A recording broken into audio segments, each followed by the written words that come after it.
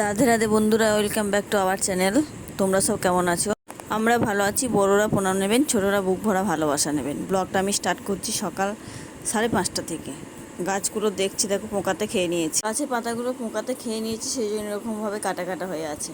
দেখো আজকে ওয়েদারটা ভালোই আছে, রোদ হবে না মনে হচ্ছে খুব একটা, কিন্তু বলা যায় না, বেলাবেলি হয়তো রোদ হতেও পারে। তো মায়ের কাজ অনেকটা হয়ে গেছে, আমি উঠলাম, আমিও কাজ করব হাতে নাতে, মাতে আমাদের দুজনেতে করে নেব। বাসনগুলো কলের ওখানে ভেজানো আছে। মা দুধ আনতে গেছে, দুধ এনেই মা বাসন মাজবে। মাই বাসনটা মাজে, আমার বাসন মাজা পছন্দ হয় না। মায়ের ছোটোটা ঘুমিয়ে আছে ঘরে, বড়টা তাড়াতাড়ি উঠে গেছে, কেননা আজকে টিউশন আছে। না হলেও কিন্তু ও দেরিতে ওঠে। এই যে ঘুমাচ্ছে, ডাকবো এবার ওকে, অনেকটাই বেলা হয়ে গেছে, প্রায় 7টা বাজতে চললো। বেশি বেলা অবধি ঘুমালে না পড়াতে মন বসে না, পড়তে বসতে মন বসে না তখন। মা দুধ নিয়ে চলে এসেছে, যে দুধ 2 কিলো দুধ নিয়ে এসেছে। কোটো করে আনে, কি কোটো করে আনলে কি সুবিধা হয় একটু। হ্যাঁ, আমাদের পাশেই বাড়িতে দুধ দেয়, ওদের ওখান থেকে দুধ আনলো। ওর বাবা ঘুম থেকে এখনও ওঠেনি। বড় মেয়েকে বললাম গাড়িটা নামিয়ে দে। গাড়িটা কি বলো তো, কত ধুলো দেখছো, মানে কাদায় কাদায় নিয়ে আসে, তো সে এগুলো তোলে, তারপর ধুলো হয়ে যায়, এগুলো একটু পরিষ্কার করে নেব। জানো তো এই মিনিটার বোধহয় বাচ্চা হবে। দেখো আমি এখানে সবজি কাটছি আর ওখানে বসে আছে ও, কি জানি কোথা থেকে এসছে, কয়েকদিন হলো এখানেই আছে, যাচ্ছে না।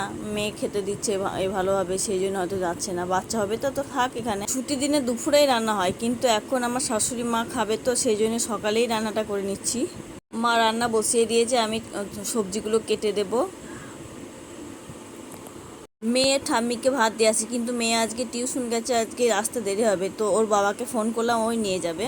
আরও আগে ভাতটা দিয়ে পাঠাতে হতো, কেননা 9টার মধ্যে ভাত খায়, সেই জন্যে আমার ননদ ফোন করেছিল। এই ডাঁটাটা আমার দিদা দিয়ে গেল, আমার মামাদের জমিতে হয়েছে, তো তাই এটা মিষ্টি মিষ্টি করে রান্না করব। বাসনগুলো শুকিয়ে গেছে, উঠিয়ে নেব এবার। এর মধ্যে গুছিয়ে রাখবো বাসনগুলো। মেয়েকে মা দিতে যাচ্ছে স্কুলে, মা বাজারে যাবে, তাই মেয়েকে একদম স্কুলে দিয়ে যাবে। দিদি কেনাকাটা করবে তো দিদির মেয়ের জন্যে। ঘরদোরগুলো একটু পরিষ্কার করে ঝাঁট দিয়ে নেবো। ওগুলো সব ঝাড়লাম, ঝুল ছিল, একটু ঝেড়ে নিলাম। পরিষ্কার করে ঝাঁট দিয়ে তারপর স্নান টান করবো। ডাঁটাটা ভালো করে ধুয়ে জল ঝরিয়ে তারপর ফ্রিজে তুলে রাখবো বেছে। ডাঁটাটা ধুয়ে নিলাম, ধুয়ে জল ঝরিয়ে তুলে রাখবো ফ্রিজে। এগুলো শাকগুলো কেটে তুলে রাখবো। কাদা আছে খুব গোড়াটায়, এই যে এগুলো কাদা ঢুকে থাকে। আর এই দেখো কি অবস্থা, পাইপে কোনো কিছু হয়তো জ্যাম হয়ে গেছে, দিয়ে দেখো ওই জলটা চলে আসছে, যাচ্ছে না। মিস্ত্রিকে বলেছে, দেখি কখন আসবে। জলটা মানে কিছু আটকে আছে বোধহয় পাইপে। কয়েকদিন আগে পাইপ লাইনে কাজ করা হলো, জানো তো, তা কী যেন কি আটকে আছে বুঝতে পারছি না। হয়তো গাছে পাতা টাতা বাই চান্স কীভাবে ঢুকে গেছে।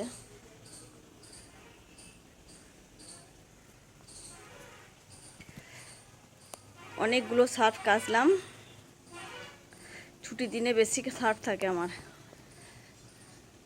প্রচুর সার্ফ কেচেছি।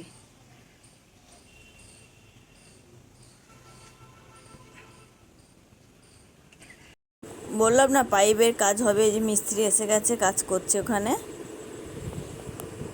দিদিরা কেনাকাটা করে চলে আসলো, শপিং করলো ওরা মেয়ের জন্যে। যে ওগুলো খুঁড়ে আবার পাইপটা বের করে খুলে তারপর ওটা পরিষ্কার করে আবার লাগাবে। ওর বাবা আজকে তাড়াতাড়ি বাড়ি চলে এসেছে, মিস্ত্রি আসবে বলে। হঠাৎ করে মিস্ত্রি আসবে বলে নয়, হঠাৎ করে আমি অসুস্থ হয়ে পড়েছিলাম, জানো তো, সেই জন্যে বাড়ি এসেছে। এরা কাজ করছে, এদিকে ওর বাবাও আছে ওখানে দাঁড়িয়ে। দেখি কি হয়েছে বুঝতে পারছি না।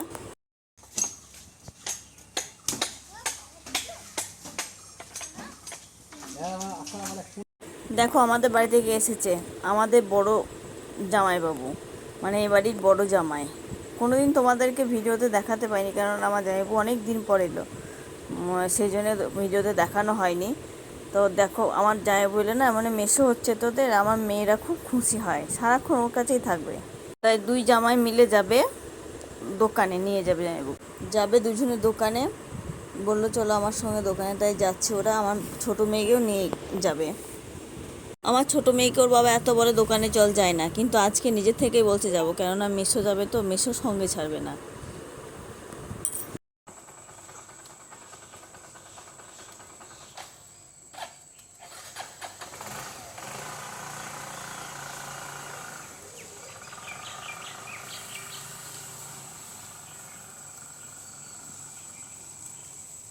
দেখো বাড়ির আগের পরিবেশটা কত সুন্দর ছিল, বাড়িতে গাছ ছিল কিন্তু গাছ কাটার পর পরিবেশটা আলাদা।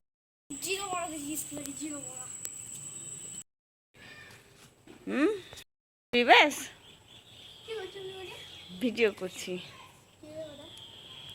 আজকে হঠাৎ কি হয়েছে যেন, স্নান করতে ঢুকেছি বাথরুমে আমার পেটে ব্যথা আরম্ভ হয়েছে, প্রচণ্ড প্রচণ্ড পেটে ব্যথা। আর এই বাথরুম থেকে বেরিয়ে আসবো সেটাও পারছি না, এত প্রচণ্ড পেটে ব্যথা কেন জানি না, বুঝতে পারছি না কি হয়েছিল। মা বাড়িতে ছিল না, ও দিদির সঙ্গে গেছিলো শপিংয়ে।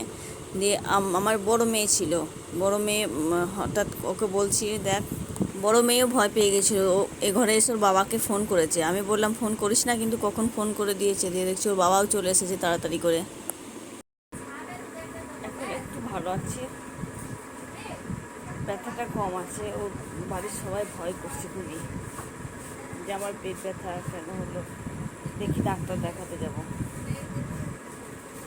শরীরটা ভালো লাগছে না রে, এত প্রচণ্ড পেট ব্যথা হয়েছে না, কি বলবো তোমাদেরকে, যে আমি তো ভিডিওই দিতে পারিনি, একটা ভিডিও তো দুপুর থেকে আর ভিডিও দিতে পারিনি স্নান করার পর থেকে।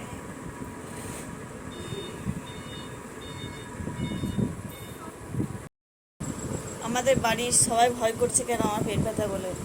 এইরকম ব্যথা আমার মালদাতে হয়েছিল একবার, তারপর তো ওখানে আল্ট্রাসোনোগ্রাফি করা হয়েছিল, তখন মালদায় পোস্টিং ছিল,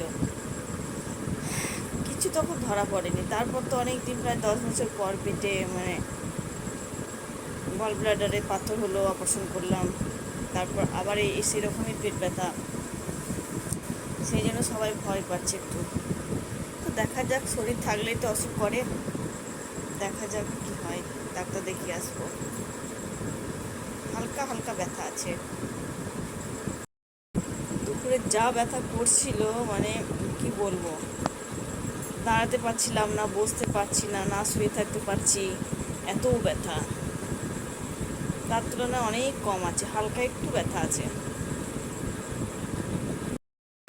আর শুয়ে থাকবো না, একটু উঠে দেখি ওইদিকটা যাই, আর শুয়ে থাকতে ভালোও লাগছে না।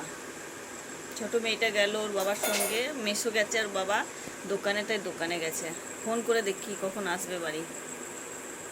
ওই যে আমার দিদা এখানে বসে খাচ্ছে, আমার দিদি শপিংয়ে গেছিলো, দিদির মেয়ে ওদেরকে রেস্টুরেন্টে খাইয়েছে ফ্রাইড রাইস, আর ওই যে কি পনিরের কি একটা আছে, আমি খাইনি অবশ্যই, শনিবার আমার মেয়েদের জন্য এনেছিল, তাই ওইটা ওকে দিল কিছুটা, তাই খাচ্ছে। আমার মেয়ে যাচ্ছে বেড়াতে, মাসির সঙ্গে যাচ্ছে, ওই মন্দিরের ওইদিকে বেড়াতে যাচ্ছে। রাতের খাবারের জন্য হবে রুটি আলুর দম, মা তাই রুটিটা তৈরি করে রাখছে, আলুর দমটা তারপর করবে, আমি কেটে দিচ্ছি এখানে আলুর দমের জন্যে, দিয়ে তারপর ওটা করবে। রাতের খাবার এটাই আমাদের। এরকম মেয়ে আর জামাইবাবু চলে এসেছে, মানে মেয়ে আর মেসো আর কি, ওর চলে এসেছে বাড়ি। ওখানে থেকে মনাপুরে একটা ছেলে দিয়ে গেছে ওদেরকে, পাঁপড় ভাজলো, তাই চা পাঁপড় খেলো সবাই। দিদা আবার খাচ্ছে চা পাঁপড়। ও কী বলতো, খাওয়ার কোনো নেই, যা দেবো তাই খেয়ে নেয়। আমি বলি যা দেবো তাই খেয়ে নিচ্ছে, শরীর খারাপ করবে না তো। পেটে ব্যথা করছিল তো, তাই গ্যাসের ওষুধ তো আগেই খেয়েছি, আবার একটা ইনো খেয়ে নিই, তাহলে দেখি। এই থামস আপটা এনেছিল ওর বাবা, আমি খাবো বলে, এই যে পেট ব্যথা করছিল, হয়তো গ্যাস ট্যাস থেকে হয়তো ব্যথা বলে, তা সবটাই খাওয়া হয়ে গেল, সবাই খেয়েছে, আর এইটুকু আছে, আমি পরে খেয়ে নেব। আজকে আর বেশি রাত করলাম না, আমি 9টার মধ্যে খেয়ে নিয়েছি, দিয়ে একটু হাঁটছি, খেয়ে বসা শোয়া হবে না, তাই একটু হাঁটছি। এই যে কুকুরটাও আছে এখানে শুয়ে, তাই মায়ের বেশি ভয় লাগছে, মা যে খেয়ে একটু হাঁট, মা বেশি ভয় করছে, বারবার বলছে ডাক্তার দেখে আসবি, ডাক্তার দেখে আসবি। আমি বলছি হ্যাঁ যাবো। মা তো, মায়ের মনটা একটু মানে ছেলে মেয়েদের জন্য বেশিই কাঁদে, তাই মা চিন্তা করছে, কেননা আমার মাঝে মধ্যে এটা হয়, মাঝে মধ্যে আমি অসুস্থ হয়েই থাকি, আর এই পেট ব্যথা মানে প্রচণ্ড চিন্তা ভয়, জানো তো। তা ভিডিওটা আজকে আর বড় করব না, ভালো লাগলে একটু লাইক কমেন্ট শেয়ার করে দিয়েন, আর পরের ভিডিওটার জন্যে কালকে আবার ভিডিও দেব, যদি সুস্থ থাকি তাহলে দেব। তোমরা সুস্থ থেকো, ভালো থেকো, গুড নাইট।